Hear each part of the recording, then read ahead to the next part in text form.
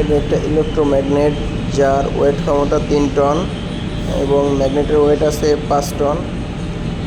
এই লোহাগুলো একটা remote control system গাড়ির বাকেটের ভিতরে দেওয়া হচ্ছে।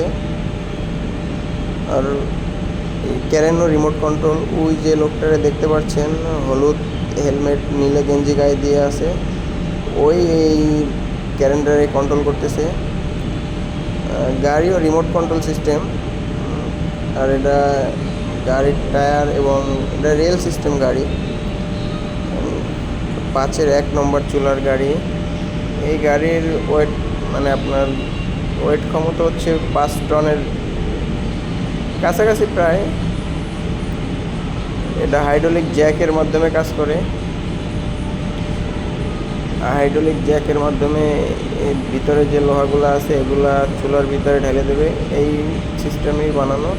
চুলা প্রায় ভরে আসছে। চুলার তাপমাত্রা আছে সর্বনিম্ন 1350 থেকে 1400 ডিগ্রি। আসলে 1300-1400 ডিগ্রি তাপমাত্রা অনেক দূরের থেকে ভিডিও করতেছি, তারপরেও তাপ আমার গায়ে লাগছে, এরকমের তাপ অনেক বেশি। চুলা প্রায় ভরে আসছে।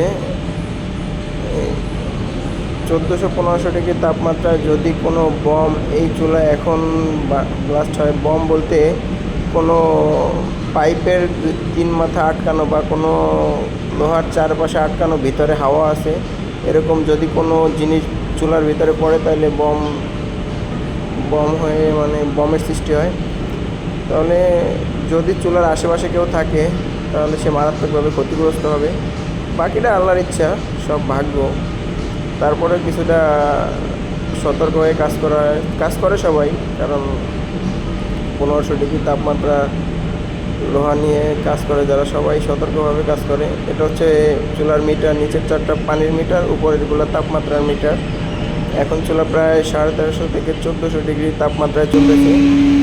এরা দুইজনই রিমোট কন্ট্রোলে গাড়ি কন্ট্রোল করে এবং চুলা কন্ট্রোল করে। চুলার নিচে জ্যাক আছে, এই জ্যাক চুলার ভিতরে হচ্ছে 30 টন গলিত লোহা ধরে।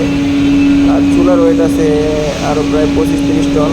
ওই জ্যাকের ক্ষমতা প্রায় 60 টনের মতো। ও চুলাকে জায়গায় চুলার ভিতরের যে গলিত লোহা আছে এটা নিচে তাপা বা লেগ যা বলেন ওটার ভিতরে ঢালতে সাহায্য করে।